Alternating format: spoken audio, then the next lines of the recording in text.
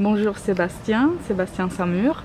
Donc vous êtes intervenu sur une proposition qui portait justement sur l'interaction de jeu masqué de l'acteur et les espaces sonores et les techniciens du son.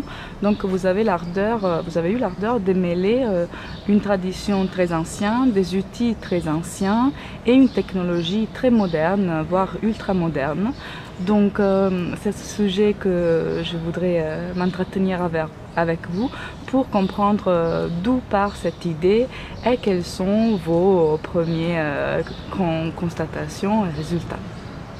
L'idée de masque vocal, en fait, c'est venu de Richard. C'est une métaphore que lui, il avait pensé dans un ancien projet qu'on avait fait ensemble. Donc c'était intéressant parce que lui, il fait la conception sonore. Il n'a pas une formation de comédien, alors c'était vraiment dans le métaphorique. Puis quand on a commencé à travailler ensemble et on continuait avec cette idée, plus qu'on travaillait, plus ça me semblait de bien marcher l'idée du masque vocal pour un comédien.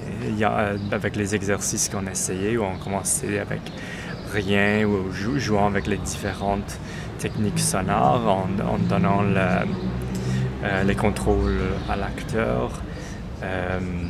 Là, j'ai trouvé des liens avec le masque neutre ou le masque larval, les masques de personnages. Et ça semblait comme on faisait le parchemin qu'a créé Jacques Lecoq. Puis pour moi, comme comédien, ça facilitait ce processus d'intégrer la technologie de la modulation vocale. C'est un peu ça qu'on a. Donc vous jouez masqué avec une amplification du son? Non, en fait, il n'y a pas de masque. En fait, c'est l'idée du masque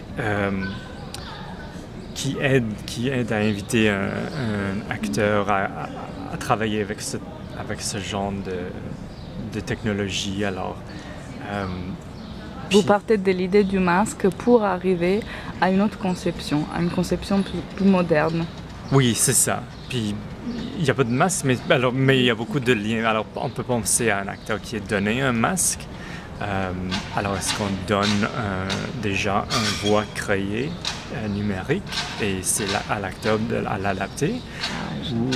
Ou est-ce que c'est à l'acteur de créer son masque comme un acteur au théâtre pour créer un masque? Il y a ces deux distinctions et on a joué un peu avec ces deux idées.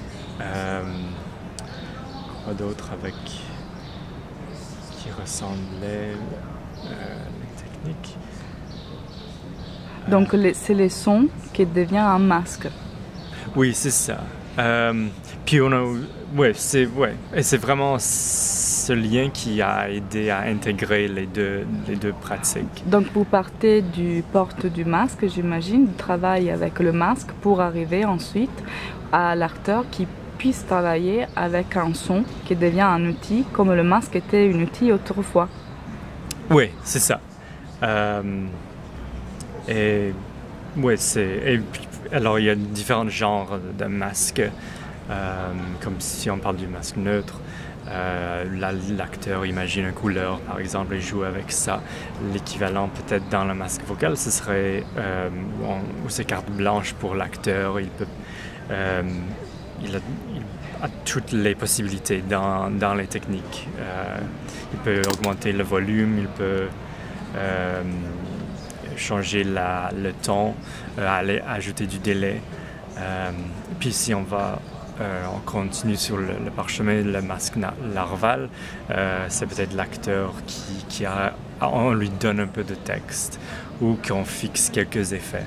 Et puis finalement, lorsqu'on commence à fixer une voix, là c'est peut-être plus comme le masque de la comédie dell'arte par exemple, où on a une voix fixée et c'est à l'acteur de devenir un peu le maître de cette voix.